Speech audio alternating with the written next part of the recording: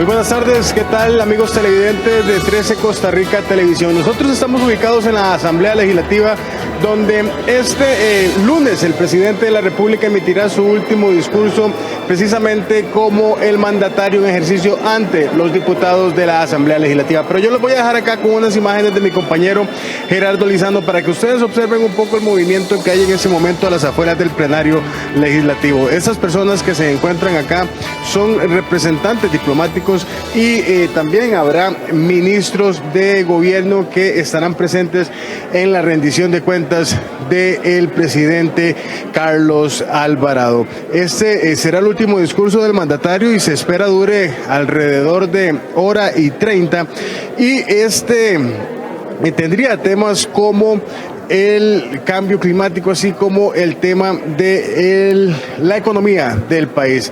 Algunos de los legisladores que esperan la llegada del presidente de la República aseguran que quieren saber cuál es el balance real de el país luego de este periodo de mandato de Carlos Alvarado. Como les decíamos, estas son las personas que ingresarán al plenario legislativo. Son alrededor de 91 personas, además de los 57 legisladores, los que estarán presentes en este discurso del mandatario Carlos Alvarado. También habrá jerarcas de la Procuraduría General de la República, así como de la Contraloría General, la Defensoría de los Habitantes, la Iglesia Católica y otros organizaciones, podríamos decir, o instituciones que formaron parte de este gobierno del presidente Alvarado.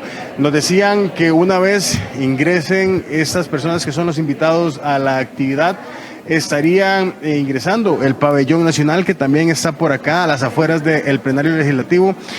Luego se estaría entonando el himno nacional para que inicie ya una vez el discurso del señor presidente. Ustedes podrán observar en este momento en las imágenes, ya los invitados están ingresando al plenario legislativo para hacer uso de sus espacios respectivos para escuchar lo que es el discurso del presidente. Como les decíamos, ya este es el último discurso que se emitirá del periodo 2018-2022 por parte del señor Alvarado. Una vez que el presidente haya dicho sus palabras, se espera que el presidente de la Asamblea Legislativa, el señor Rodrigo Arias, también dé un discurso.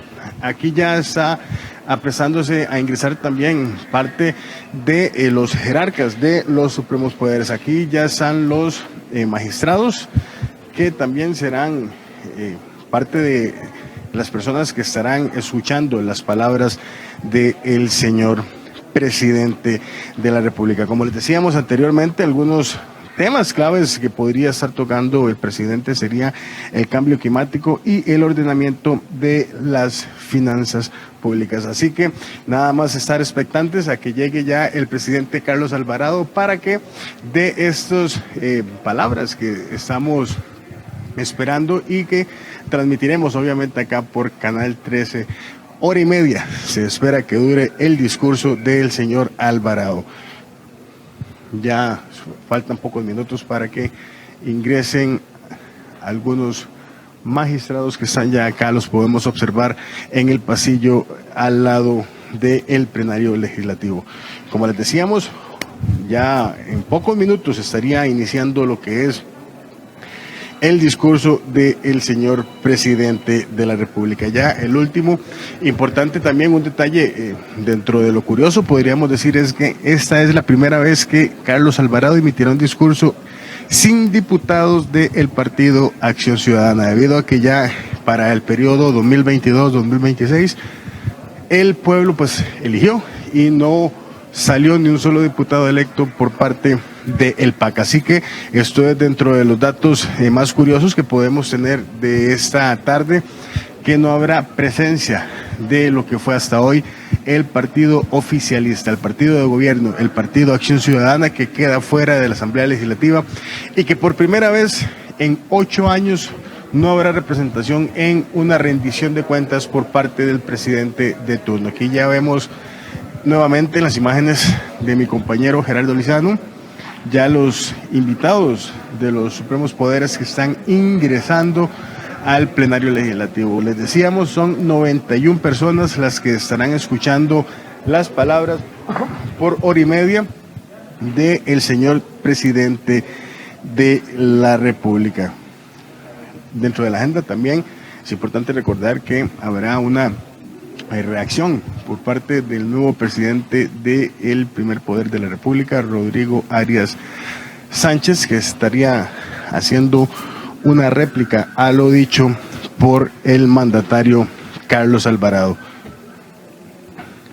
Ya dentro de pocos minutos estaría también ingresando el pabellón nacional a lo que es el plenario legislativo para seguir con la agenda de esta tarde de lunes 2 de mayo del 2022. Último discurso del señor presidente de la República, Carlos Alvarado. Recibimos a la señora presidenta del Tribunal Supremo de Elecciones, la magistrada Cintia María Amor Chavarría, y a las señoras magistradas y señores magistrados del Tribunal Supremo de Elecciones.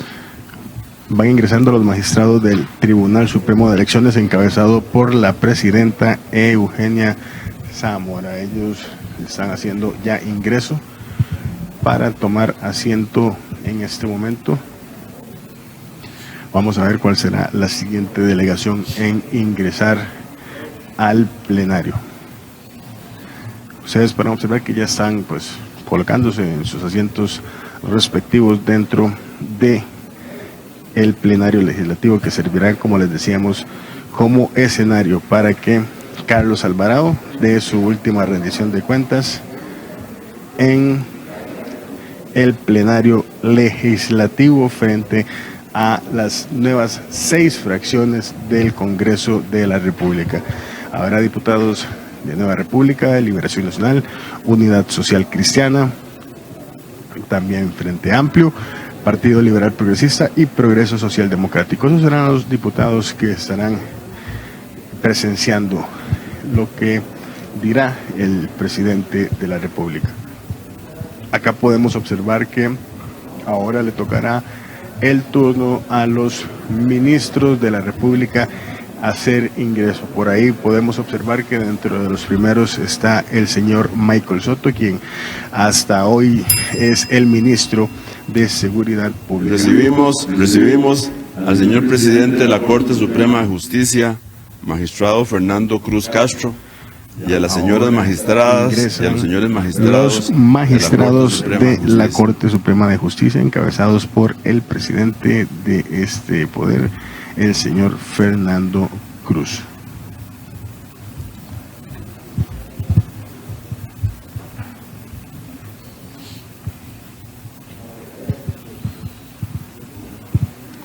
Ese es el proceso que se está realizando, es en orden para que los respectivos invitados puedan hacer uso de sus asientos. Ahí ustedes observarán, estos son los señores ministros de la República. Podemos ver a don Rodolfo Méndez Mata, también vemos a la ministra de Planificación, Pilar Garrido, que está ya pronta a ingresar también como parte de todo este grupo de invitados que estarán presentes durante la hora y media del discurso de rendición de cuentas del señor presidente de la República. Como les decíamos anteriormente, hay algunos legisladores que esperan que el presidente pues aclare la situación de cómo queda el país. En algunos discursos que ha dado durante la semana anterior, el señor Carlos Alvarado asegura que la casa queda en orden. Sin embargo, hay quienes discrepan de estas afirmaciones. A las señoras ministras y a los señores ministros de gobierno. Ingresan los ministros de la República a el plenario legislativo. Ya son pocas las personas que hacen falta de ingresar. Una vez que ingresen estos jerarcas, ya los invitados estarían prácticamente completándose y estaríamos a la espera de que inicie don Carlos Alvarado con su discurso de este 2 de mayo. Último discurso del presidente saliente, el señor Carlos Alvarado.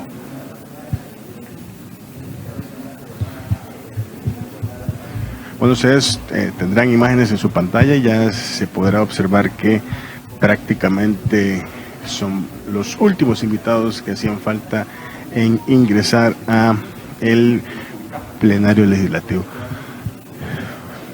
Ya prontamente se hará el ingreso del pabellón nacional.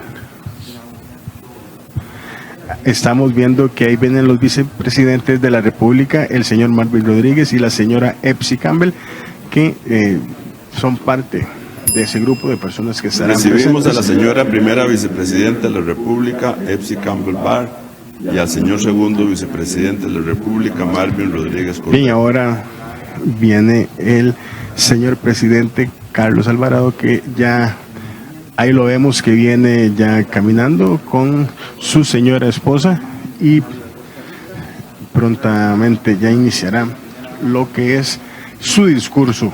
En pocos minutos, el último discurso del señor presidente de la República, Carlos Alvarado, que está esperando un momento para el ingreso al plenario legislativo. Una vez ingresando el presidente, Recibimos también ingresará al presidente de el la pabellón de la señor República. Carlos Andrés Alvarado Quesada, y a la primera dama Hace de el la República, anuncio señora Claudia del ingreso del Dobles presidente, el presidente de la Asamblea Legislativa, Rodrigo Arias Sánchez.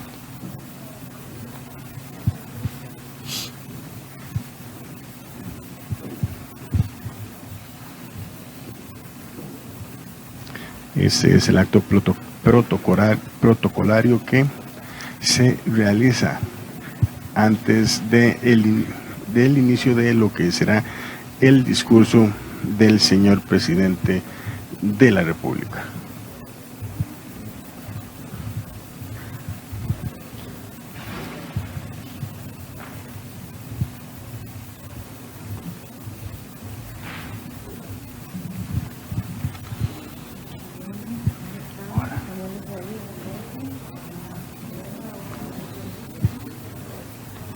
Ok, ya el presidente de la República está debidamente instalado dentro de el sitio donde se darán estas palabras, que como les decíamos hace un momento, sería el cambio climático y el tema financiero del país, ejes centrales de las palabras que estaría emitiendo durante la tarde de este lunes. Se esperaba que el discurso iniciara a las 3 de la tarde, era lo que se había dicho en la agenda preliminar. Sin embargo, vemos que ya son las 3:15 de la tarde y en ese momento está ingresando apenas el pabellón nacional.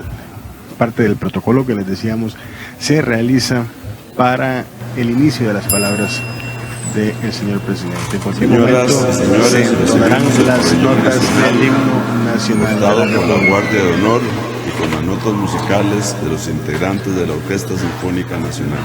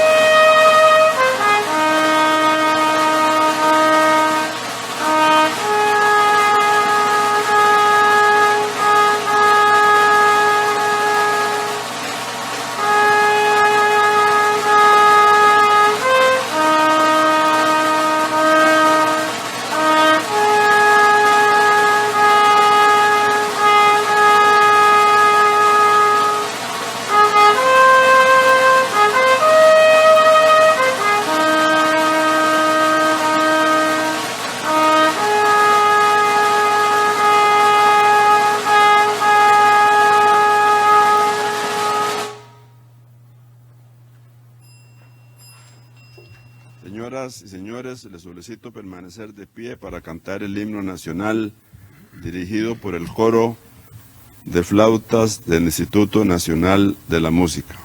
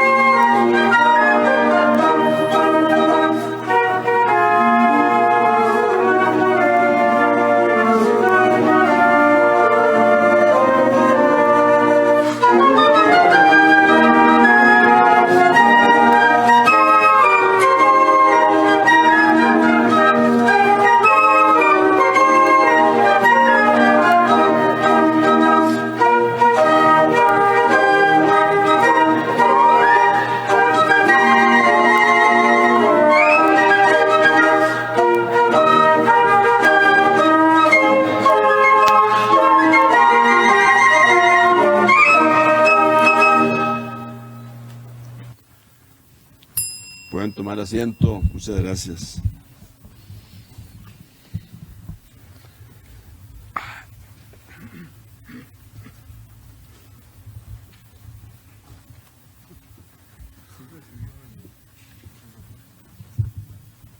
Bueno.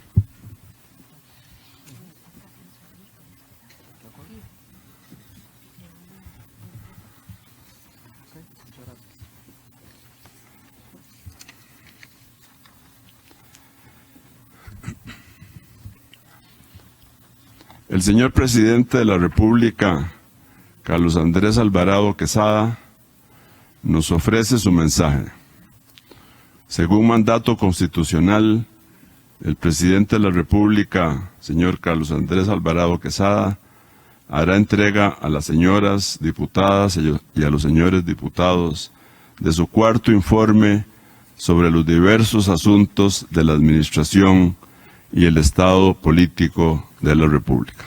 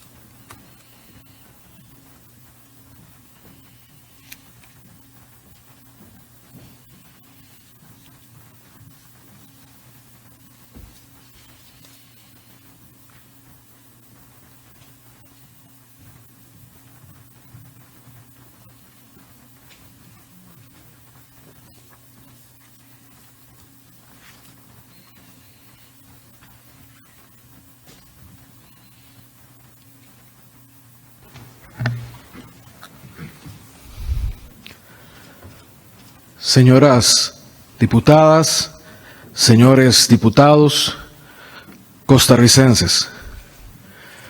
Costa Rica es nuestra casa común, la casa amada. Lo que uno ama, lo cuida. Lo que uno ama, lo ordena. De mi gobierno se podrán debatir decisiones, pero lo que es innegable es que afrontamos una de las épocas más duras de las que hay memoria en mucho tiempo. Como innegable resulta que no solo enfrentamos la adversidad de la pandemia del COVID-19 por más de 2 años, sino que la resistimos y al mismo tiempo, con la otra mano, hicimos reformas y obras necesarias y de fondo, muchas postergadas por décadas, por temor a su costo político. Cuando me embarqué en esta misión, mi padre me recomendó dos cosas: nunca esperar el agradecimiento y nunca actuar para el aplauso. Más bien seguir a la conciencia, al sentido de lo correcto y del bien común. Ser la mejor versión de uno mismo significa trabajar duro, guiado por esa brújula. Ordenar, proteger y trabajar por la casa es lo que hemos hecho. No son mis palabras las que me respaldan, son las obras, las acciones y los resultados objetivamente constatables. Como Aristóteles en su Poética, lo que define el carácter es la acción, más que las palabras y las formas. Los hospitales nuevos ya están al servicio del pueblo y otros en construcción. Los viaductos y carreteras nuevas también. Las finanzas de la casa están sanando y quedan encauzadas. La economía crece y las exportaciones también aumentan, aunque reconozco que el desempleo no se dio, en buena parte por la pandemia. En este pleno dije en el 2019 que una casa dividida no permanecerá en pie. Esa frase es para todas las diversas personas que habitan Costa Rica. Hoy nuestra casa común es más inclusiva, aunque falta mucho camino por andar. Hoy nuestra casa está más ordenada, pero también la tarea no acaba aquí. Este es mi último mensaje al país y al Congreso. Espero tomar modestos minutos de su tiempo. Los elementos detallados están en los vastos informes remitidos por las instituciones de gobierno a este renovado cuerpo colegiado. En esta locución mi objetivo es más bien abordar lo que valoro como esencial. Informaré sobre el orden en lo económico de la hacienda pública, sobre lo construido en obra pública y los cimientos que dejamos. Hablaré de los avances en derechos humanos, de cómo se protegió la vida y la salud en este país, así como lo que debe seguir hacia el futuro. Me referiré a la seguridad en nuestra casa común, al mismo tiempo que ahondaré en los avances en materia ambiental y en lo imperativo que resulta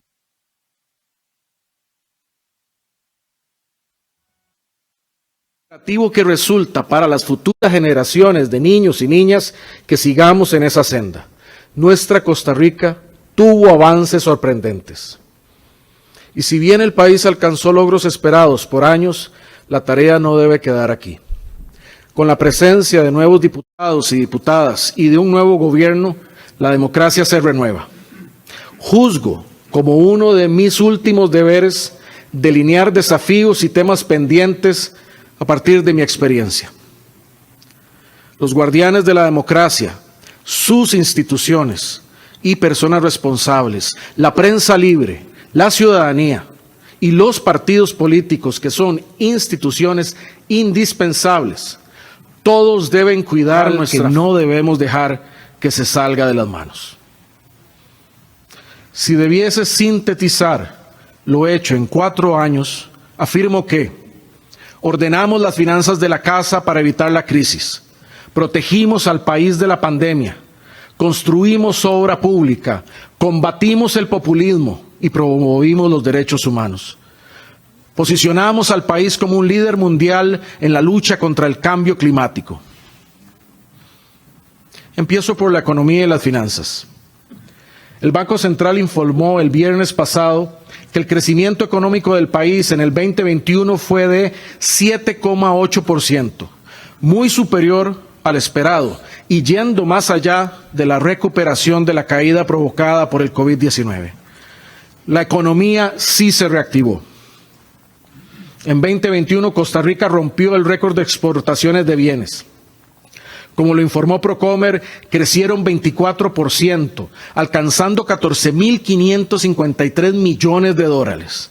Es el mayor crecimiento de exportaciones de los últimos 15 años en el país, yendo más allá de la recuperación por la pandemia. Las exportaciones sí se reactivaron.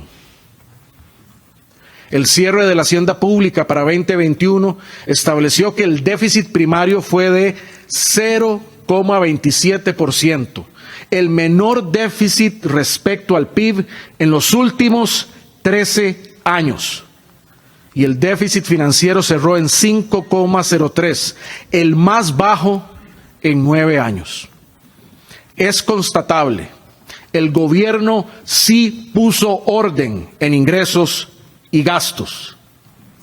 Cito: las autoridades han realizado avances importantes como parte de su programa económico. Las metas para fines de diciembre de 2021 se cumplieron holgadamente. La Asamblea Legislativa aprobó la Ley de Empleo Público. Asimismo, se tomaron medidas importantes para fortalecer las redes de protección social y mejorar el cumplimiento tributario.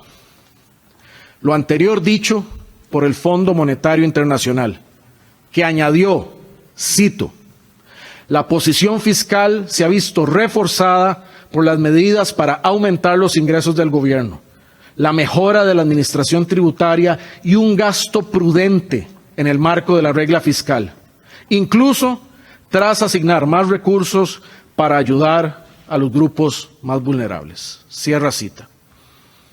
Más recientemente, a marzo de 2022, se registró el menor gasto total como porcentaje del PIB de los últimos 13 años, así como el mejor balance primario de los últimos 14 años. Además, a enero de 2022, la producción creció a un 9,1%, el mayor crecimiento desde junio de 1993. Por estos resultados, en marzo, las calificadoras de riesgo Fitch, Standard & Poor's y otras mejoraron la calificación de Costa Rica de negativo a estable, contribuyendo a mejorar el ambiente económico. El Banco Central adoptó medidas para brindar mayor liquidez ante la pandemia y ahora para responder a la amenaza inflacionaria. El contexto externo convulso puede afectar estos resultados, como advirtió el Central el viernes. Precisamente por eso debemos mantener estables las finanzas públicas. La robustez de la hacienda pública no es un fin en sí mismo. Es la forma de darle fuerza a un Estado social de derecho para actuar. Hace cerca de 20 años el problema fiscal estaba identificado y en lugar de resolverse, se fue agravando. Esto debilitó la capacidad del país de invertir en campos del desarrollo, como infraestructura, niñez, mujer, cultura e innovación, así como en los más vulnerables. Nosotros fuimos a la raíz y pusimos orden. Estos números fríos y este orden espartano tienen rostro de personas y futuro. Los caminos rurales en lastre aún sin asfaltar. La deseada expansión de la red de cuidado, la atención a la pobreza extrema para erradicarla, la innovación, la cultura, necesitan un Estado solidario que tenga margen para invertir. Mi gobierno estabilizó claramente la senda de las finanzas públicas, no desde una visión electorera o de triunfos temporales, sino desde la responsabilidad y el largo plazo. Se logró sin despedir personal ni privatizar instituciones por razones ideológicas. Eso es la defensa del Estado de Derecho. Los números son contundentes. La trayectoria de las grandes deudas públicas ahora es decreciente. Lo será más si se avanza con el resto del acuerdo con el Fondo Monetario Internacional. Digo esto frente a las personas guardianas de este destino, las diputaciones de la República, porque a ustedes les corresponderá aprobar los nuevos ingresos y gastos del Estado. Decidí resolver este problema fiscal y económico, convencido que es la principal traba para nuestro desarrollo y el principal riesgo para nuestra gente. Lo hice sabiendo las limitaciones que imponía y los costos políticos que pagaría, pero sobre todo porque anhelo que seamos un país más próspero y desarrollado. Ruego que no nos echemos para atrás. Ruego que no pensemos en términos de un titular o una elección. Pensemos en esta y en la próxima generación. Pensemos que tenemos que abrirle espacio al futuro. Y ruego que hagan todo lo contrario de lo que se espera de un político tradicional. Costarricenses, me he esforzado por dejar la casa en orden. La evidencia dura demuestra que así se ha hecho. Para alguien más, la dificultad de hacerlo o la pandemia misma pudo ser excusa para no completar otras tareas. Ese no es mi caso. Ahora les hablaré de la obra pública. Para los costarricenses que durante las últimas décadas visitaron otros países de la región centroamericana, era evidente y motivo de vergüenza el rezago de nuestra infraestructura pública. Los atrasos afectaban a personas conductoras y peatones, pacientes hospitalarios, a estudiantes en centros educativos y a comunidades en su acceso al agua. La tarea de construir obra pública es el esfuerzo continuo para el desarrollo. En estos 4 años, las obras mismas son prueba irrefutable de que el país avanzó en esta materia. La pronta puesta en funcionamiento en próximas semanas de la mayor parte de la circunvalación norte evidencia esta realidad. La 5ª etapa de esa obra estará lista antes de terminar el año. Otros ejemplos son la inauguración de la nueva Rotonda de la Bandera y el paso elevado sobre la UCR, la Rotonda del Bicentenario en Guadalupe y la Rotonda de las Garantías Sociales. Ya Costa Rica las disfruta. De igual forma, quienes viajan de Alajuela a San José o viceversa, ya han visto radicalmente disminuidos los cuellos de botella por las 5 obras de ampliación hechas sobre la Ruta 1. Lo mismo experimentarán quienes transitan por la ampliación de Cañas Limonal en Guanacaste, que muy pronto entrará en operación. Por seguridad y para impulsar el turismo en Punta Arenas, la ampliación de la Angostura está por culminar. Además, se concluirá Barranca Limonal antes de finalizar este año. En Limón, en las próximas semanas entrarán en funcionamiento 30 kilómetros de la ampliación de la Ruta 32 y se concluyó el puente binacional en Zigzaola. A través de los 4 años de administración se asfaltó el aeródromo de la Managua en Quepos. Se construyeron las terminales de Bahía Draques, Pérez Celedón, Palmar Norte y en Puerto Jiménez, ahora Cantón, todo lo cual genera condiciones habilitantes para aumentar la visitación turística de la región Brunca. Otro aporte para fortalecer la competitividad del país. Iniciamos la construcción del nuevo puesto fronterizo Paso Canoas, que, junto con la construcción futura de los nuevos puestos de Tablillas y Peñas Blancas, reducirán el tiempo y costos del comercio internacional y mejorarán la seguridad de las fronteras de nuestro país. Con una inversión superior a los 2.500 millones de colones, en febrero dimos inicio a la construcción del dique sobre el Río Grande de Térraba. Con esto saldamos una deuda histórica con 29 comunidades del cantón de Osa, que cada época lluviosa ven en riesgo sus vidas y sus propiedades.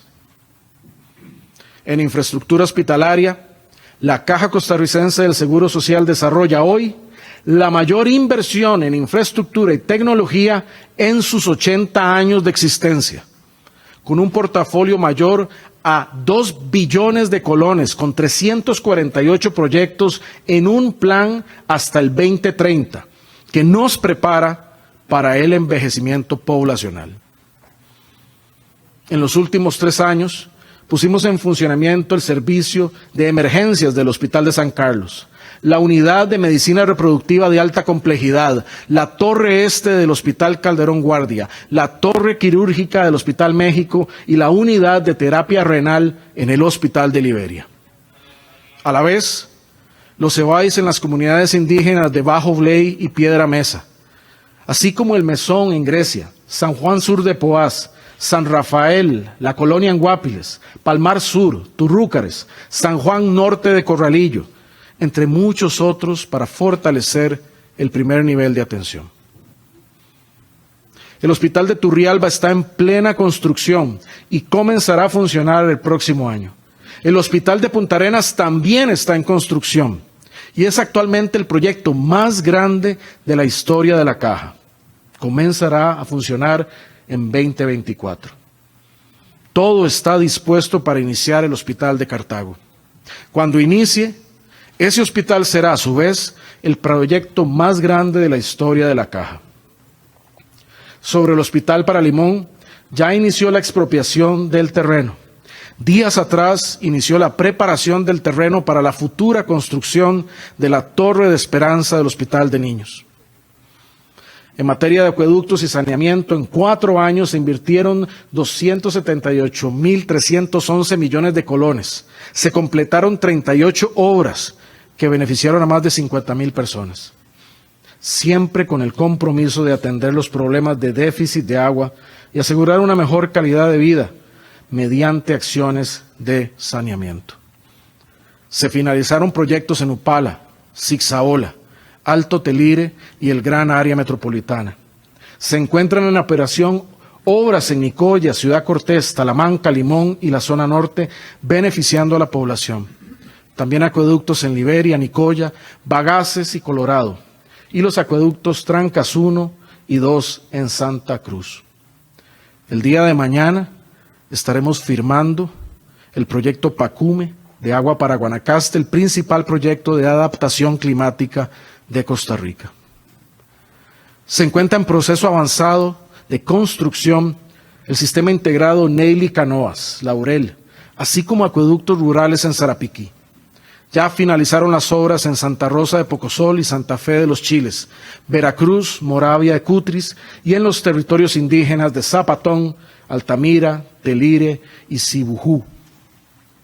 La nueva planta potabilizadora de cañas de bebedero ya se encuentra en plena operación, con tecnología de punta. Así se resuelve el grave problema de contaminación de arsénico y este cantón volverá a tener agua potable las 24 horas del día. Sí, mucho falta por hacer, pero sí, se hizo mucho.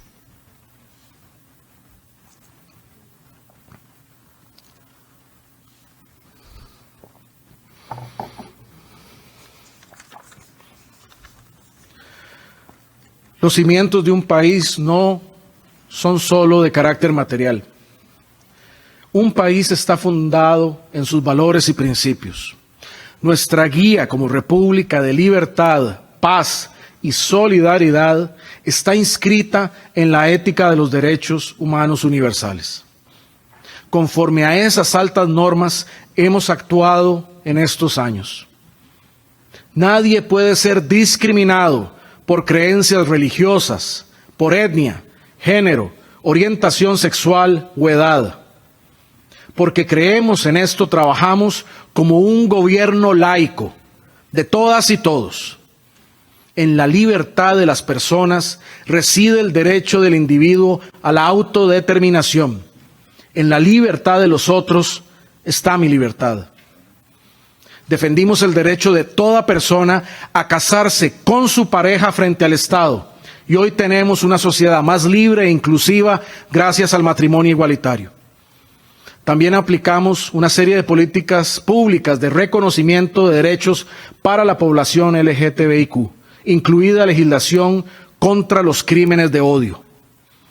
En la agenda de las mujeres, el país hizo avances importantes, aprobando múltiples leyes para resguardar sus derechos, como la ley contra el acoso callejero o la erradicación de la violencia política contra las mujeres. Desplegamos una estrategia desde agosto del 2018 para luchar contra la violencia a las mujeres. Firmamos la norma técnica para hacer cumplir la ley sobre el aborto terapéutico en casos de riesgo de vida de la mujer. También, con el Ministerio de Salud, habilitamos la anticoncepción de emergencia. Mantuvimos los 4 años un gobierno paritario, porque solo en igualdad real Costa Rica podrá ser verdaderamente próspera.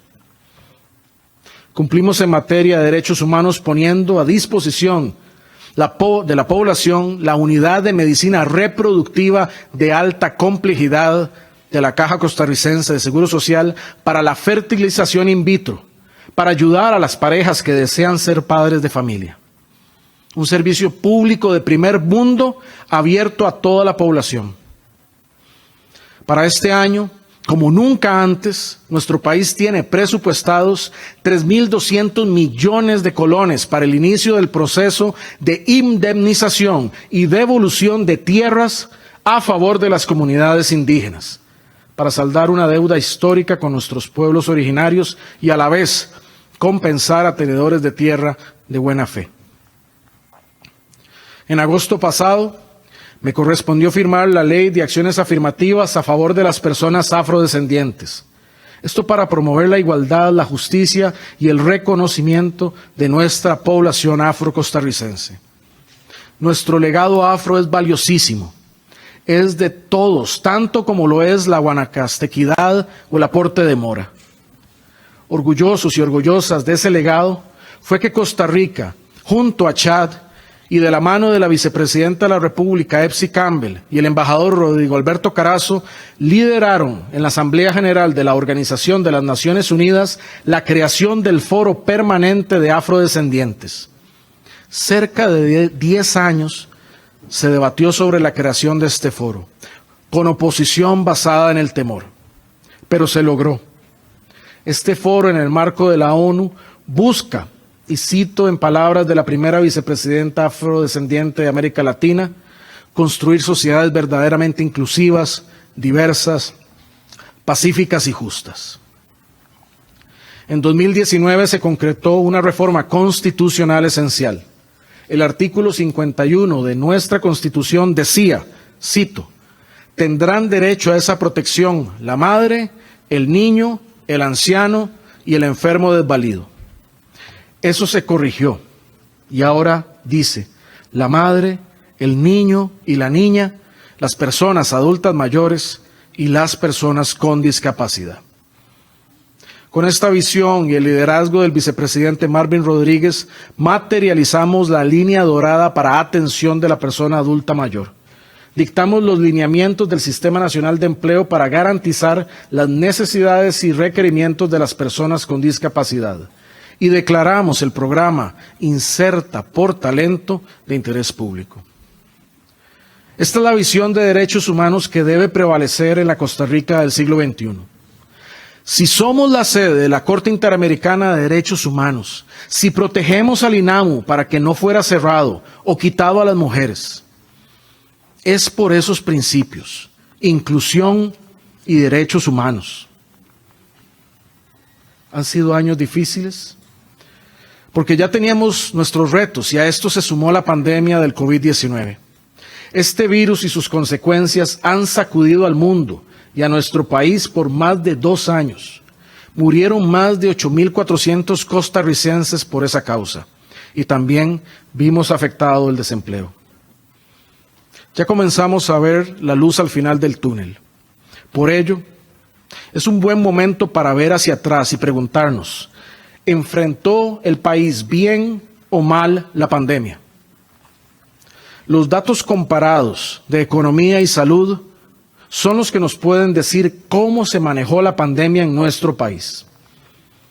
Con orgullo podemos decir que Costa Rica pertenece a un grupo pequeño de países del mundo que se distinguieron durante la pandemia por lograr tener los menores índices de muerte por millón de habitantes y al mismo tiempo contar con los mayores crecimientos económicos per cápita entre 2019 y 2021. Nuestro desempeño frente a la pandemia tiene resultados similares a los de Alemania, Suiza y Luxemburgo, con una diferencia. Esos son países ricos y nosotros un país de ingreso medio. Nuestros resultados se explican por el talento humano, por nuestra seguridad social y una población que enfrentó apropiadamente el reto.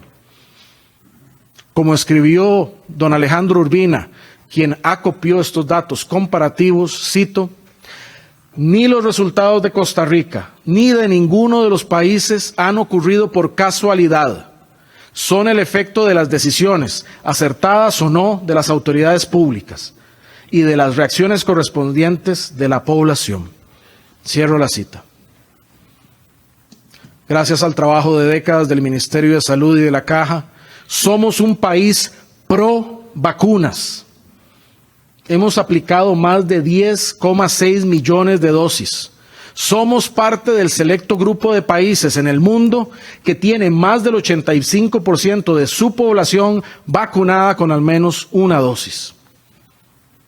Gracias al trabajo en equipo de la Comisión Nacional de Vacunación y Epidemiología, del Ministerio de Salud, de la Comisión Nacional de Emergencias, la Caja, la Cancillería y la Presidencia, fuimos el 7º país del mundo en recibir vacunas en diciembre de 2020.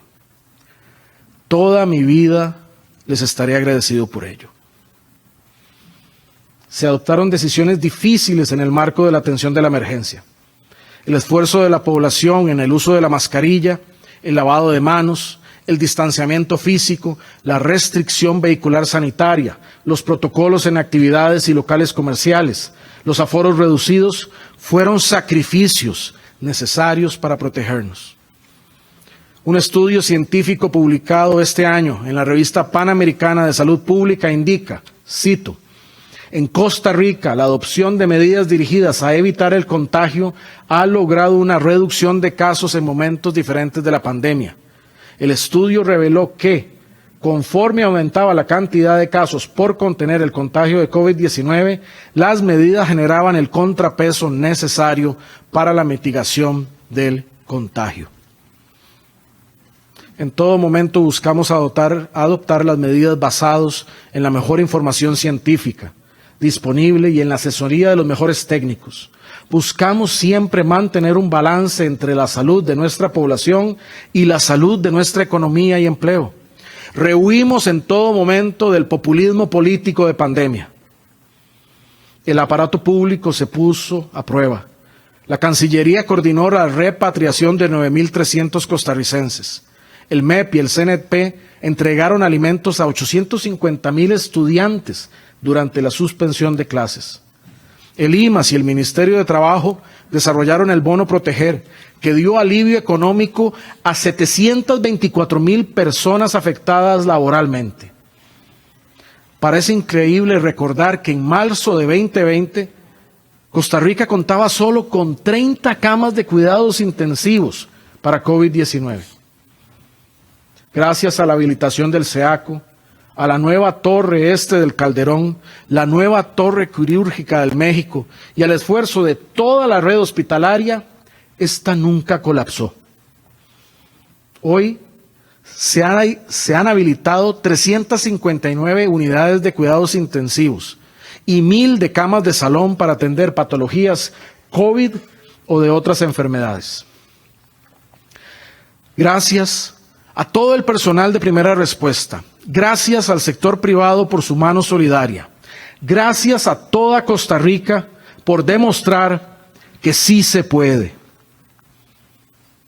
En los momentos más duros de esta tormenta, el barco, aunque sacudido, se mantuvo firme. Tengo un profundo agradecimiento para todos los que, desde sus ámbitos, ayudaron a navegar estas aguas turbulentas. Nos queda de experiencia. Somos muy capaces y debemos combatir los recurrentes cantos del populismo y la ignorancia. El reto más grande de la humanidad y de nuestro país es afrontar la crisis climática y la acelerada pérdida de la biodiversidad. Este año el Foro Económico Mundial señaló estos como los principales riesgos globales. Abolir el uso de combustibles fósiles es la gran tarea de nuestra generación. Eso dije hace 4 años al iniciar mi mandato y lo vuelvo a sostener hoy. Costa Rica ha avanzado mucho en materia ambiental, incluso liderando el debate global sobre la acción climática. Pero sobre todo porque esa tarea, por el bien de nuestra niñez, debe ser sostenida en el tiempo. En diciembre pasado firmamos el decreto que amplió el Parque Nacional Isla del Coco y creó el Área Marina de Manejo del Bicentenario. Costa Rica pasó de proteger solo un 2,7% de su mar a cuidar el 30%. Este parque hoy tiene prácticamente el mismo tamaño que la Costa Rica continental. Esta acción pionera responde al compromiso que Costa Rica asumió desde la pre-COP 25 realizada en nuestro país, de liderar junto a Francia y al Reino Unido la coalición de alta ambición por la naturaleza y las personas, cuyo propósito es conservar el 30% de la superficie terrestre y marina para el 2030. Los ecosistemas nos dan agua fresca, aire limpio, moderan la temperatura, nos dan alimentos y tienen la biblioteca del ADN de la vida. Las soluciones basadas en la naturaleza son las soluciones para el planeta y la humanidad. Costa Rica, por ello, es líder mundial en acción climática y conservación. Por esa coherencia, veté la ley que buscaba reactivar la pesca de arrastre. Acorde con esa visión, actuamos para crear el Parque Nacional Miravalles Jorge Manuel Dengo, la Reserva Biológica del Bicentenario de la República Pájaro Campana, con el apoyo del Congreso, el Parque Nacional Isla San Lucas, y adicionamos el Cerro Ena al Parque Nacional Chirripó. Todos estos regalos a la futura generación. Costa Rica es un ejemplo para el mundo. No solo que es posible conservar el ambiente y producir electricidad 99% limpia y renovable, sino también que podemos hacer esto generando crecimiento sostenible y además impulsa y atrae industrias como el turismo sostenible y la inversión extranjera responsable. En febrero de 2019 lanzamos el Plan Nacional de Descarbonización, uno de los primeros y más ambiciosos del mundo. Este delinea la ruta para que Costa Rica se transforme en un país cero emisiones netas al 2050, apostando por el crecimiento verde, mejor calidad de vida y la inclusión social. El país cumplirá para 2022 con el 83% de las metas planteadas para el plan, de la primera etapa del plan de descarbonización. Con la instalación de centros de recarga hoy se puede recorrer todo el país en carros eléctricos. El método de producción NAMA está ya en café, ganadería, caña y musáceas. Quedan listos para desarrollarse 2 proyectos de trenes eléctricos. El tren eléctrico metropolitano, con el primer crédito que el Fondo Verde del Clima ha otorgado mundialmente a un proyecto ferroviario. Tiene condiciones inmejorables. Y con la opinión del Fondo Verde, que es uno de los mejores proyectos que han analizado. El otro proyecto, el tren eléctrico limonense de carga, recorrerá Limón y conectará esta región con la zona norte. Es tan rentable que puede ser desarrollado en alianzas público-privadas. Estos proyectos no solo mejorarán la salud, reducirán las presas y también tiempos de traslado. También nos harán más verdes y competitivos. Estos proyectos tienen el potencial de inyectar al país $2.000 millones en inversión para reactivar la economía y el empleo. Son parte del portafolio que el país y la próxima administración podrán ejecutar por el bien de Costa Rica. Los trenes son para y por Costa Rica. Hagámoslos. Está demostrado que el plan de descarbonización, además de éticamente correcto, es también económicamente deseable. El estudio del BID, la UCR y la Corporación RAND arroja que el plan al 2050 generará, escúchese bien, $41.000 millones en beneficios netos para el país. por sus beneficios debe continuarse. Hoy la humanidad, como nunca antes, está frente al dilema de su propia extinción. Es imperativo que prohibamos la explotación y la exploración petrolera y de gas. Son prácticas nocivas para el planeta y contrarias al modelo costarricense. También invito, con respeto al Congreso, a aprobar el acuerdo global forjado en Escazú. Nuestra política ambiental es buena para atraer turismo e inversión extranjera responsable. Un ejemplo claro es la inversión de $200 millones que la empresa Bayer inició en nuestro país el año pasado. La gran empresa alemana respaldó su decisión de invertir aquí por la afinidad con la política de sostenibilidad del país. Lo mismo ocurre con el desarrollo de la industria del hidrógeno verde. En 2018, el gabinete llegó a la toma de posesión en un bus de hidrógeno y no fue solo un gesto. El gobierno desarrolló la Política Nacional de Hidrógeno con el trabajo de MINAE, el ICE y la ARECEP. Hoy el país ya tiene tarifas disponibles para conectarse a su matriz eléctrica y producir hidrógeno verde, una energía que solo libera agua al utilizarse. Ya empresas nacionales e internacionales se preparan para explotar esta industria verde y sostenible. Debemos dar tributo a pioneros en la materia como don Franklin Chan. Los reconocimientos para el país en estos 4 años, como el premio Campeones de la Tierra a la Acción Mundial sobre el Clima de las Naciones Unidas o el premio Earthshot otorgado por la Royal Foundation del Reino Unido, nos han colocado como líderes mundiales, puesto de honor que debemos conservar. Necesitamos mantener esta casa común como una casa segura, una de paz.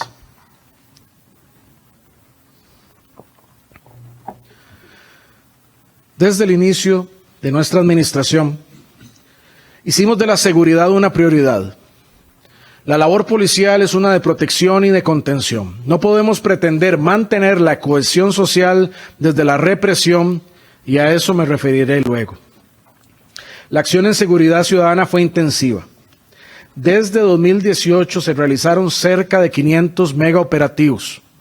Esto permitió reducir los asaltos violentos de 16.641 en 2019 a 8.824 en 2021. Las cifras de la seguridad pública también señalan una disminución en hurtos, robo y tacha de vehículos y robo de ganado. Mientras en 2018 y 2019 incautamos 35 y 46 toneladas de cocaína y marihuana respectivamente, en 2020 y 2021 se atraparon cada año más de 71 toneladas, siendo estas cifras récord. Esto demuestra nuestra capacidad mejorada operativa contra el narcotráfico. Pero también refleja la preocupante dimensión del tráfico de drogas. En tiempos difíciles para las finanzas públicas, mejoramos los salarios de los policías. Además, en este periodo compramos más de 80,000 uniformes, más de 6,000 chalecos antibalas nuevos, 18,000 pares de botas nuevas, 1,500 unidades móviles nuevas, y se pusieron en operación 9 embarcaciones y 3 aeronaves adicionales. Desde 2018 y hasta la fecha se han realizado 221 interdicciones a embarcaciones, y con la ley aprobada por el Congreso en 2021 ya se han destruido 9 pistas clandestinas y se continúa. Se atendieron las manifestaciones sociales, donde la profesional acción policial evitó que hubiera heridos civiles de gravedad. Pasamos de tener el año más violento en 2017, con un índice de 12,2 homicidios por cada 100,000 habitantes, a cifras de 11,7 en 2018, 11,2 en 2019 y 2020 y 11,4 en 2021. Este trabajo lo realizaron los cuerpos de seguridad ciudadana al mismo tiempo que atendieron la pandemia. Logramos una disminución histórica del hacinamiento carcelario. El país pasó de tener más del 40% de hacinamiento a tener en marzo de este año solo un 5,8% de sobrepoblación. Esto gracias a 2.200 nuevos espacios creados, como con el complejo Terrazas, o rehabilitados, con una inversión de 22.869 millones de colones. Se inauguró el programa de regionalización de la mujer, con sedes en Pocosí, Pérez Celedón y Punta Arenas, para acercar a las mujeres privadas de libertad a sus comunidades, a sus familias y a sus redes de apoyo durante el cumplimiento de su sentencia. Esto con una inversión de más de 1.460 millones de colones. También se concretó el mayor ingreso de policías penitenciarios de la historia, con 675 nuevos oficiales, saldando una deuda histórica con el fortalecimiento del sistema penitenciario. Todo esto para dar cumplimiento a la ley, proteger los derechos humanos, tanto de las víctimas como de las personas privadas de libertad. Quedan disponibles para ejecución del próximo gobierno los recursos del crédito aprobado con el BID para la construcción de 8 centros cívicos más en distintas partes del país, así como de varias delegaciones nuevas de policía. Esto permitirá seguir fortaleciendo la prevención, así como la seguridad ciudadana de Costa Rica. Señoras y señores costarricenses, lo que he dicho son todos hechos constatables por cifras u obras palpables sujetas a comprobación. Son fruto del trabajo y la colaboración de muchas personas y entidades, incluyendo alianzas público-privadas. Y las veo como prueba de que en tiempos difíciles este país puede progresar. Ejemplo es nuestro ingreso a la OCDE, lo cual requirió la aprobación de 14 leyes y la superación de 12 comités de evaluación para hacernos orgullosamente el 4º país de Latinoamérica y el primero en Centroamérica en ser parte de esta ventajosa organización en términos de gobernanza democrática y eficiencia pública. Ejemplo es que el INS, una empresa pública que alcanzó en 2021 récord de utilidades por 198.414 millones de colones, 64% más que el año pasado, es una empresa de y para los costarricenses y que pudo otorgar 75.000 millones de colones, más de 110 millones de dólares para las familias del bono proteger. En el caso del ICE, se tomaron las acciones financieras y operativas para darle mayor robustez. Gracias a eso, el ICE cerró el 2021 con una significativa reducción de su deuda y disminución de su riesgo cambiario. El ICE aplica y tiene certificadas las normas NIF desde diciembre del 2020. En el siglo XXI, con los retos de la energía limpia y la digitalización por delante, así como el desarrollo de otras industrias como el hidrógeno, el rol de una empresa pública como el ICE es clave. Estamos dejando un grupo ICE fortalecido, en mejor posición para acometer esos desafíos. En Habdeba se realizó una transformación radical, donde la institución pasó de tener 1.189 empleados a tener ahora 480, respetando los derechos de los trabajadores que fueron prejubilados, trasladados a otras instituciones o formaron sociedades de servicios portuarios. Es ahora una empresa que está en ruta a su estabilidad económica. Ha aumentado sus negocios en carga y cruceros y están en trámite los proyectos del Canon, los cuales se encuentran en fase de aprobación presupuestaria ante la Contraloría. La transición al funcionamiento de la terminal de contenedores y de Habdeba se logró en paz y sin detener la actividad portuaria. Estos son ejemplos de que las empresas del Estado, tomando decisiones y acciones, pueden ser reencausadas y bien administradas para el bienestar del país. hemos logrado cambios sustantivos en las finanzas y la eficiencia pública sin necesidad de echar mano de privatizaciones o de debilitar nuestro Estado social de derecho. Quiero dejar constancia de que creo en el rol que juega el CNP para el país y para sus agricultores. Si no existiese el programa de abastecimiento institucional, el PAI, nuestros agricultores perderían un mercado natural que les da certeza y precio. Sí, hay que seguirlo haciendo eficiente al CNP, pero desaparecer al CNP y al PAI eliminaría ese mercado institucional para nuestros pequeños productores, con lo cual solo lograríamos aumentar la migración del campo a la ciudad y perder las bases de nuestra seguridad alimentaria en tiempos inciertos en el mundo, donde no hay garantías plenas del abastecimiento alimentario. Por eso, hace 5 semanas señalé que una limitación derivada de la regla fiscal impediría al CNP abastecer de alimentos a los comedores escolares, hospitales y centros penitenciarios en el segundo semestre de este año. Ya existe un proyecto en este Congreso para hacer un ajuste para este año y resolver el problema. Este país es capaz de lograr mucho. En 7 años de estar vigente la Estrategia Nacional de Reducción de la Pobreza, Puente al Desarrollo, brindó atención integral a 113,000 hogares, los más vulnerables del país, 80% liderado por mujeres, usando herramientas innovadoras como el Sinerube para combatir la pobreza.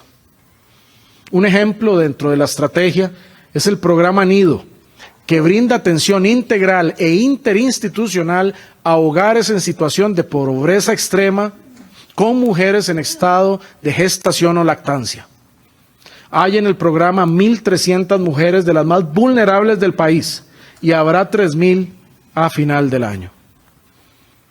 Para profundizar la protección, desde el PANI se crearon las unidades de respuesta de atención inmediata que ahora brindan servicio 24/7 durante los 365 días del año en todo el país para emergencias que ponen en riesgo la integridad física y emocional de los derechos de niños, niñas y adolescentes. Este país también es capaz de hacer reformas claves. Fuimos capaces de hacer la Ley de Educación Dual, que esperó una década para ser aprobada. Por esta ley, jóvenes hoy se están educando y a la vez haciendo prácticas de empleo en empresas como Intel, zonas francas, industrias y hoteles. Fuimos capaces de reformar la ley del INAH y modernizar esta institución para flexibilizarla y que pudiera responder a los retos surgidos de un mundo laboral cambiante, contratando los aprendizajes de última tecnología para formar a nuestra gente, becando más estudiantes y a la vez haciéndonos más competitivos. Costa Rica fue capaz de aprobar una ley de empleo público que traerá orden y mayor equidad entre trabajadores públicos y entre trabajadores privados y públicos, sin despedir personas, sin bajar salarios, logrando ahorros considerables en las finanzas públicas, las finanzas de todas las personas contribuyentes del país. A través de decisiones adoptadas por la Junta Directiva de la Caja Costarricense del Seguro Social en este cuatrienio, Costa Rica amplió la sostenibilidad de su IBM al menos hasta el 2050, extendiendo en 15 años la suficiencia de la reserva a través de la eliminación de la pensión anticipada. Esto para garantizar a más personas su pensión. En este periodo se limitaron al máximo constitucional las pensiones de lujo. Se aprobó la ley que obliga a estas pensiones a aportar la contribución solidaria para la lucha contra la pobreza, logrando así un ahorro anual de más de 17,000 millones de colones y saldando una deuda moral del país.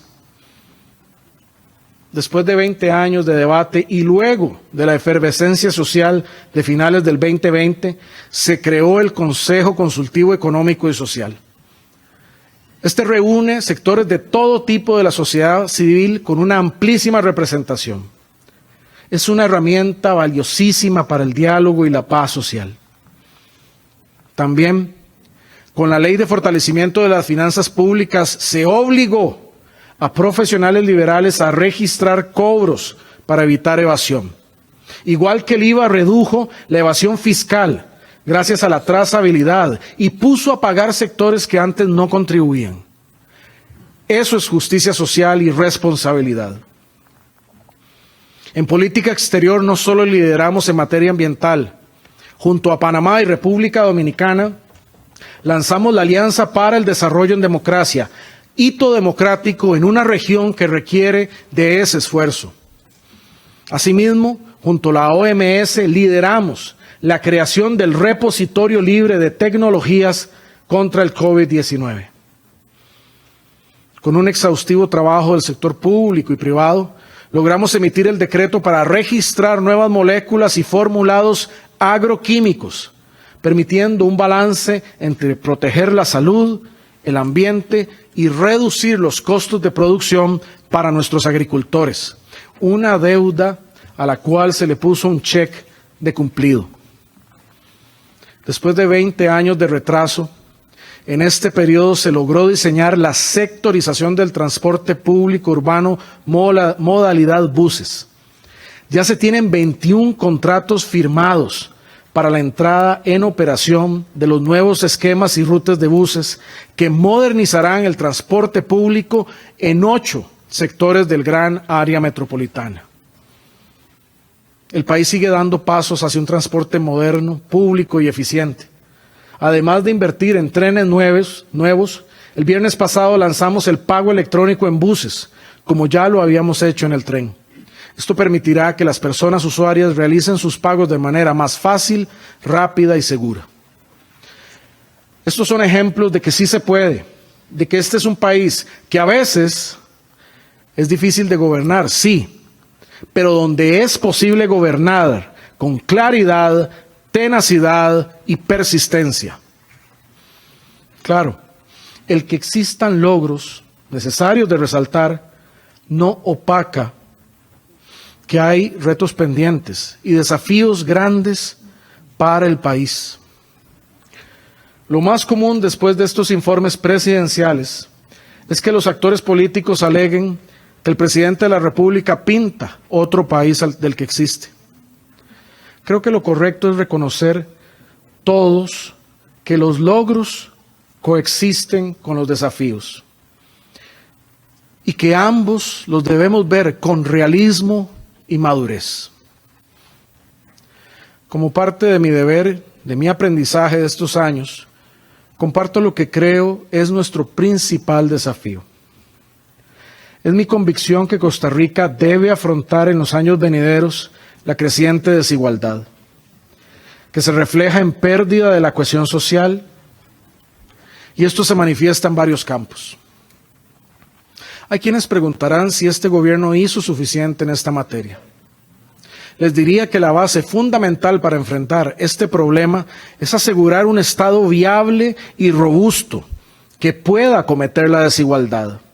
Un Estado quebrado, en default, una economía en picada solo lo agravarían. Resolvimos primero lo primero. Con esa base, debemos acometer las fuertes desigualdades territoriales, en oportunidades educativas, entre hombres y mujeres, de ingreso y entre sectores. Una sociedad desigual tiene el riesgo de perder su cohesión y puede incubar la violencia. La ruta costarricense es la de la solidaridad y la del Estado social de derecho. Una de las tareas necesarias se relaciona con la educación, con recuperar los rezagos generados por la pandemia y elevar la calidad de la educación pública. Debemos aspirar a que sea tan buena como la privada, o mejor. Una educación de oportunidades para todas y todos en todo el país. Esto también requiere una mejor infraestructura educativa, tanto física como tecnológica. En la física invertimos más de 247.000 millones de colones en más de 582 obras que beneficiaron a 220.000 estudiantes en todo el país. Pero la pandemia dejó evidencia de la imperante necesidad de fortalecer el acceso a tecnología. Por ello, ruego a las nuevas autoridades del Ejecutivo y Legislativo considerar el proyecto de alfabetización digital o cualquiera que dote de conexión y de equipo a cada estudiante de la educación pública. En el siglo XXI, no dar esta oportunidad a nuestra juventud es inaceptable para un país como Costa Rica. También ruego continuar con la Alianza por el Bilingüismo, la cual tuvo importantes avances en estos 4 años. Hoy, por ejemplo, cada maestra nueva de preescolar que ingresa al servicio es bilingüe. La proyección actual es que para 2040 cada estudiante que se gradúe de la educación pública sea bilingüe. De la desigualdad hay 2 manifestaciones que son de especial preocupación. Una es el desempleo, que en nuestro caso tiene la característica de castigar los hogares de baja escolaridad y formación. Es más fuerte en mujeres jóvenes y fuera del gran área metropolitana. Es necesario seguir combatiendo esta realidad. En este contexto, un segundo fenómeno de suma preocupación es el narcotráfico y el lavado de dinero. Hemos presenciado cómo el narcotráfico ha penetrado comunidades y el crimen organizado se ha acercado a personas en posiciones de poder. Desde el esfuerzo conjunto de los poderes de la República lo hemos combatido. Tanto el Poder Judicial como el Ejecutivo han desmantelado bandas de este tipo. Y por eso, y por esfuerzo conjunto de todos los poderes, en este Congreso están convocados varios proyectos contra el crimen organizado. Cifro muchas esperanzas en la entrada en funcionamiento este año de la Jurisdicción Especializada contra el Crimen Organizado. Mi ruego es que sigamos luchando de manera implacable contra el crimen organizado, porque este flagelo es una amenaza para la cohesión social de este país que amamos. Además de la firmeza, el mejor blindaje que podemos establecer para Costa Rica es una sociedad más inclusiva, igualitaria y de oportunidades. Otro desafío que tendrán esta Asamblea y el Poder Ejecutivo entrante será resolver faltantes que tienen varios ministerios para su operación este año. Como señalamos desde octubre pasado, cambios de partidas que hizo el Congreso anterior provocan que varios ministerios no tengan en algunos rubros lo suficiente para cubrir parte del año. Mediante presupuestos extraordinarios esto puede solventarse, como tuvimos que hacer nosotros durante este periodo.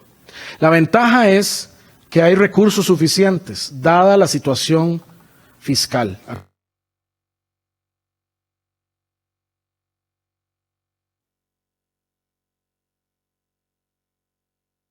Que se dejan aprobados, listos para presupuestar.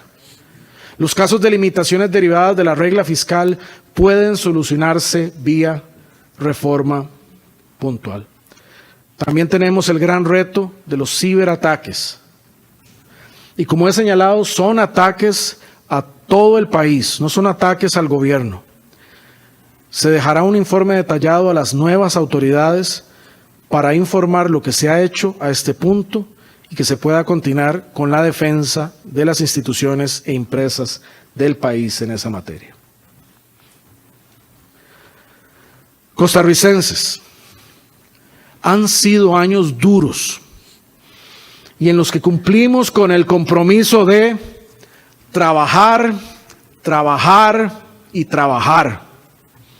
Agradezco de corazón a mi gabinete, porque en las más duras tempestades se mantuvieron atados al mástil conmigo para sacar este barco adelante. A mis vicepresidentes, por su lealtad y consejo. A Claudia, por sacar tantos proyectos de relevancia adelante, por dejar a las mujeres en alto y por sostenerme en los momentos más duros. Estoy muy orgulloso de nuestra primera dama. A la fracción oficialista del periodo anterior, la más pequeña de la historia hasta entonces, pero enorme en resultados, la que tuvo que tolerar y sacrificar. Hoy el fruto de su sacrificio está en todo lo que se ha logrado. Y a la Asamblea Legislativa, por su apoyo en legislación de gran importancia. A mis manos, mis asesores, por estar ahí con mística, con amor, con honestidad y por Costa Rica. A mi familia, por sobrellevar esta dura carga. A mi hijo Gabriel, por ser mi razón de ser, mi inspiración, mi todo. Agradezco de corazón a tantas personas que oraron por mí y por mi gobierno. Agradezco también a quienes nos lastimaron de palabra. No lo entendí al inicio, pero a la postre comprendí que solo nos hicieron más fuertes. Mucho se puede discutir de los últimos 8 años o de estos 4. Con convicción, sé que han sido lo mejor para nuestra Costa Rica, para nuestra casa común. Me confieso amante de este país, el más bello, el que no tiene ejército, el que recibe mandatarios con niños y niñas con banderas, el defensor por excelencia de los derechos humanos, la paz y la democracia, el que lidera al mundo en la lucha contra el cambio climático y da esperanza a la humanidad. Por eso, y de todo corazón, en mis últimas palabras como presidente, les digo, ¡que viva Costa Rica! ¡Que viva Costa Rica! ¡Que viva 1000 veces Costa Rica!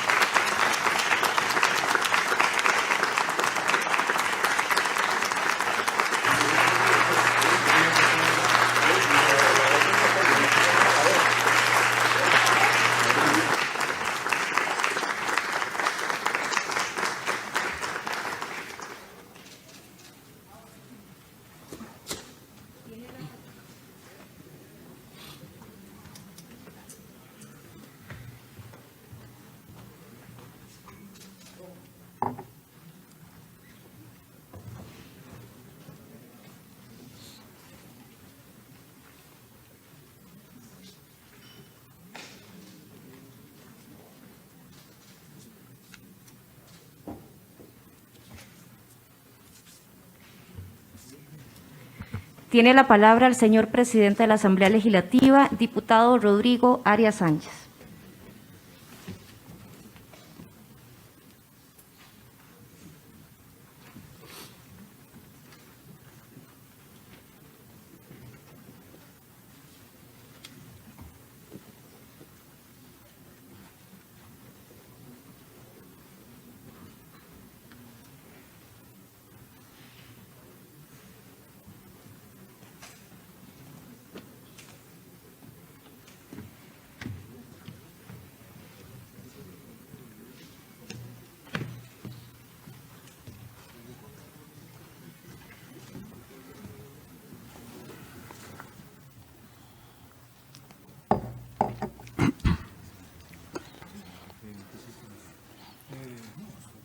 Señor Presidente de la República, Carlos Alvarado Quesada, y señora Primera Dama de la República, Claudia Dobles Camargo.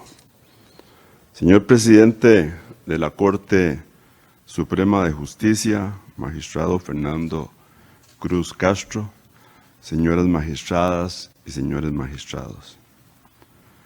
Señora Presidenta del Tribunal Supremo de Elecciones, Magistrada Eugenia María Zamora Chavarría, señoras magistradas y señores magistrados, señoras diputadas y señores diputados,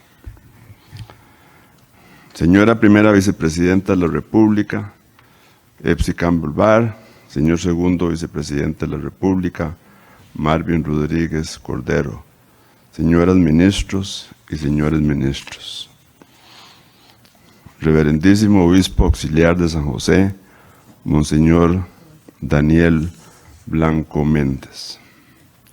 Excelentísimos señoras y excelentísimos señores miembros del cuerpo diplomático.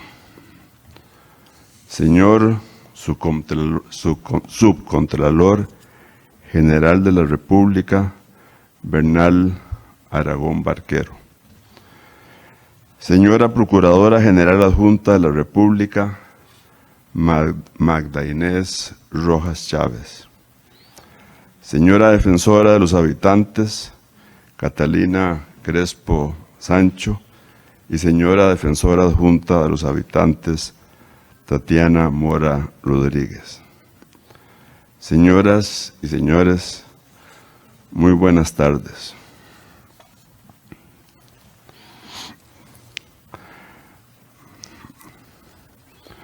Después de haberle escuchado, señor presidente, debo, con todo respeto y antes que nada, rendir mi más sentido tributo de agradecimiento a nuestra democracia.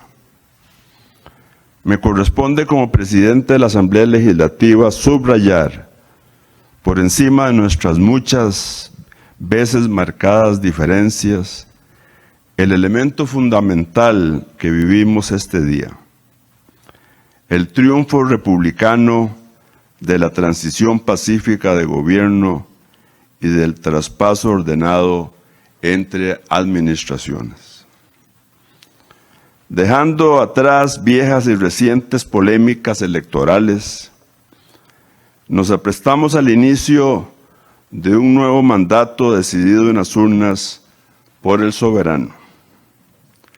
Ese es el contexto que nos congregó, señor presidente, a escuchar su discurso valorativo y de rendición de cuentas de su mandato. Tanto en el marco de nuestra geografía como en el escenario más amplio del desafiante panorama internacional, el signo de los tiempos que vivimos está marcado de angustiantes incertidumbres y colosales amenazas. El mundo, sin salir aún plenamente de una espantosa crisis sanitaria, se enfrenta a vientos de guerra en Europa. Sus pronósticos son inquietantes para la estabilidad geopolítica del mundo. El surgimiento de nuevos bloques enfrentados nos advierte el peligro de una agravación de las fragilidades existentes del comercio globalizado. Y un problema se suma a otro.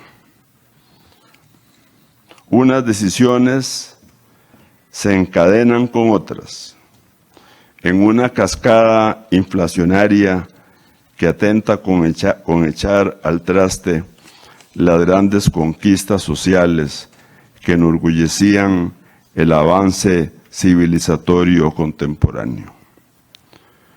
En todas partes se acumulan escenarios donde se encarecen las condiciones de vida de los pueblos.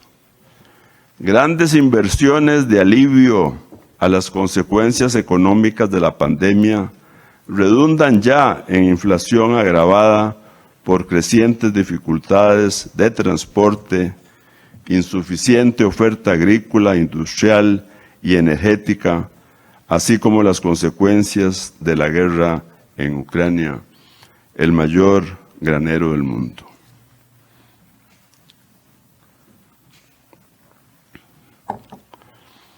Señor presidente, le hemos escuchado en su última rendición de cuentas a esta Asamblea Legislativa dar un juicio definitivo de su paso por la presidencia de la República corresponderá a la distancia emotiva que la historia impone para dar sus veredictos. En tanto ese dictamen llegue, el pueblo ya ha pronunciado un duro fallo en las urnas, negando a su partido la participación en esta Asamblea Legislativa. El soberano juzgó así, con severidad, acciones de su gobierno que atentaron en su momento contra el ámbito de la privacidad ciudadana.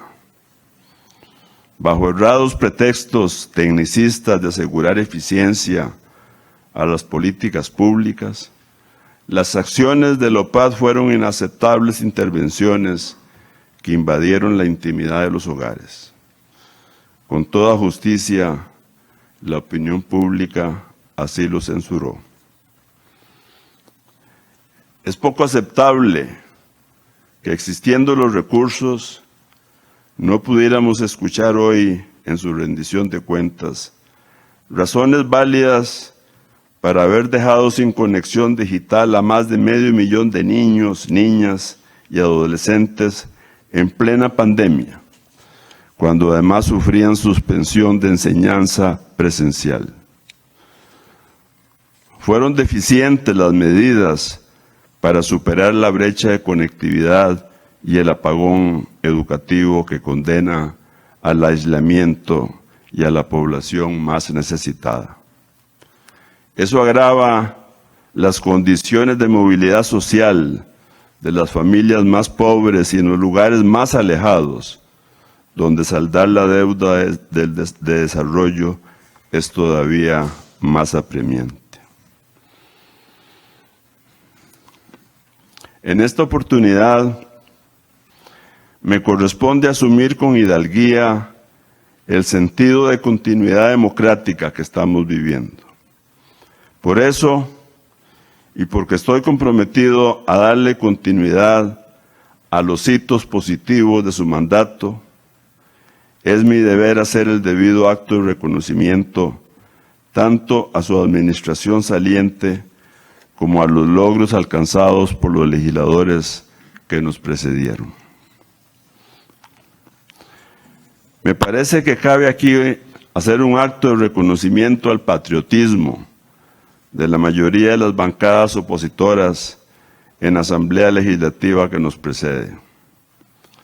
Sin intentar sacar provecho político de las ciertamente impopulares pero apremiantes medidas de ajuste presupuestario, soportaron la vela con los vientos en contra y respaldaron los ajustes que fueron necesarios para evitar que el país se fuera por la borda.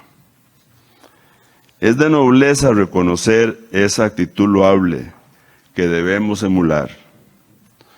Sin miramientos politiqueros respaldaron al país bajo su conducción y reconocieron que era a la patria que sacaban a flote con sus votos y no a una administración. Es igualmente de nobleza reconocer la actitud responsable de su administración ante la crisis fiscal. Fue así como fueron posibles reformas controversiales pero necesarias. La Ley de Fortalecimiento de las Finanzas Públicas con la inclusión de una regla fiscal y en ese mismo orden la Ley de Empleo Público. Ambas iniciativas forman parte de los elementos que hicieron posible un acuerdo con el Fondo Monetario Internacional, sin despidos ni reducción de salarios, sin privatizaciones y sin aumentos del IVA. Igualmente se logró la reforma del reglamento de esta Asamblea Legislativa. Eso fue un acto de desprendimiento, sobre todo de las fracciones minoritarias que lo permitieron. Nosotros, y creo que también la historia, debemos ser generosos y ecuánimes en agradecer a su administración el manejo el manejo sanitario de la pandemia. A pesar de todas las carencias administrativas, financieras, institucionales y de infraestructura, Costa Rica fue ejemplo de firmeza cuando fue necesaria. Se brindó solidaridad social cuando fue exigida por la parálisis económica y se minimizaron las pérdidas humanas gracias a acertadas y preclaras decisiones de vacunación, sin las cuales los impactos sanitarios pudieron haber sido aún más devastadores. En un momento supremo de la conciencia climática colectiva universal, su administración estuvo a la altura de las tradiciones ecológicas y de defensa ambiental iniciadas hace más de 30 años por administraciones precedentes. Esa continuidad democrática con la que usted supo vincular su administración puso muy en alto el prestigio de Costa Rica y por ello el país debe estar agradecido. También su gestión significó un fuerte impulso a obras de infraestructura, algunas iniciadas en gobiernos anteriores y que su administración tuvo el acierto de proseguir y en muchos casos de culminar. Mi reconocimiento a su ministro de Obras Públicas y Transportes, a don Rodolfo Méndez Mata. Todo eso fue posible porque hubo diálogo. Se buscaron consensos y se alcanzaron acuerdos en condiciones difíciles. Eso marcó un estilo de gobernanza que se debe profundizar en la misma esencia de lo que los y las costarricenses esperan, desean y necesitan: una profunda reforma del Estado. Estamos en el atardecer de una administración y en el alba de un nuevo mandato. Con la misma sinceridad y firmeza con que le hemos señalado falencias, queremos reconocer que gobernó con vientos en contra y en aguas encrespadas. Muchas decisiones amargas hicieron incluso más difícil la conducción de la nave. Por eso, al tiempo que hoy le despedimos, nos aprestamos ahora a rectificar el curso cuando el horizonte que buscamos así lo exige. Y precisamente porque vivimos en tiempos de escasez material, nos corresponde compensar nuestras carencias con caudales escondidos en el alma nacional. No está en el subsuelo el tesoro que nos ha hecho especiales, sino en la formidable capacidad costarricense de forjar grandes entendimientos cuando nos apremia la crisis. Extenderemos los límites de nuestras posibilidades. Ampliaremos nuestros propósitos hasta los extremos de lo factible.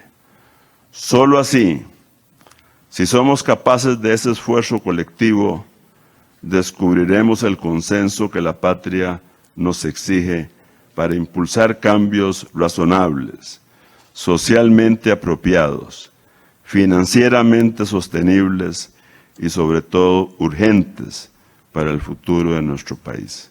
Muchas gracias.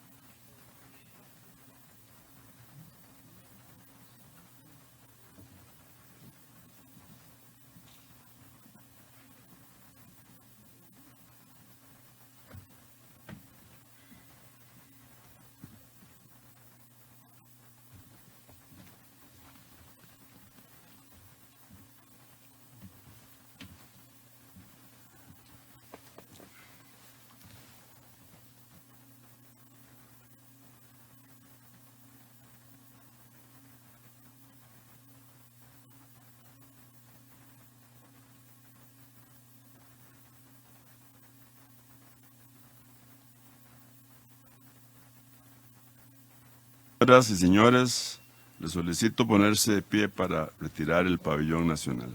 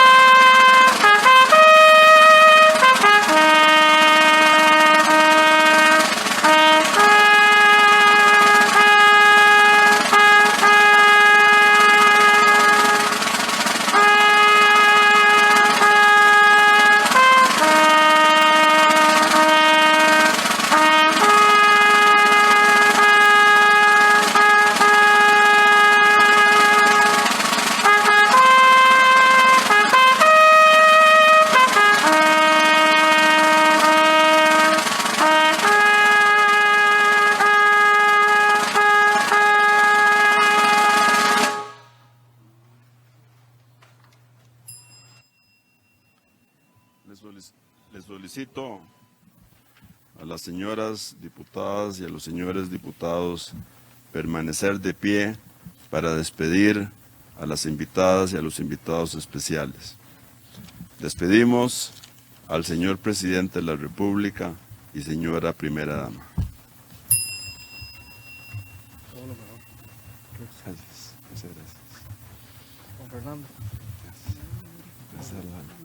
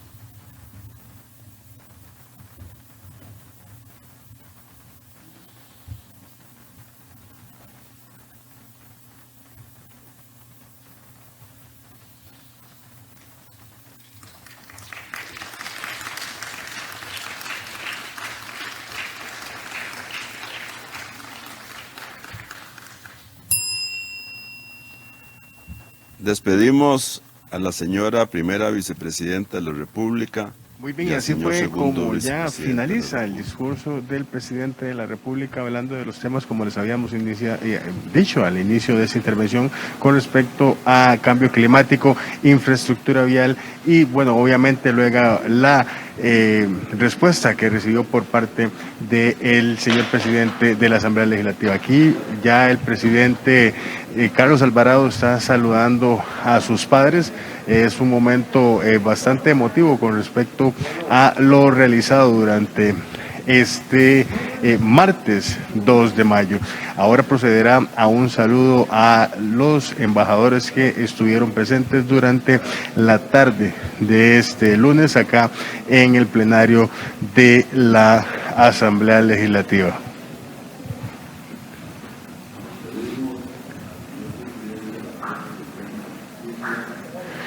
Y bueno, por lo pronto esa es la información que tenemos desde la Asamblea Legislativa. Obviamente nosotros les estaremos ampliando sobre todo esto en nuestra edición de 13 Costa Rica Noticias a las 7 de la noche.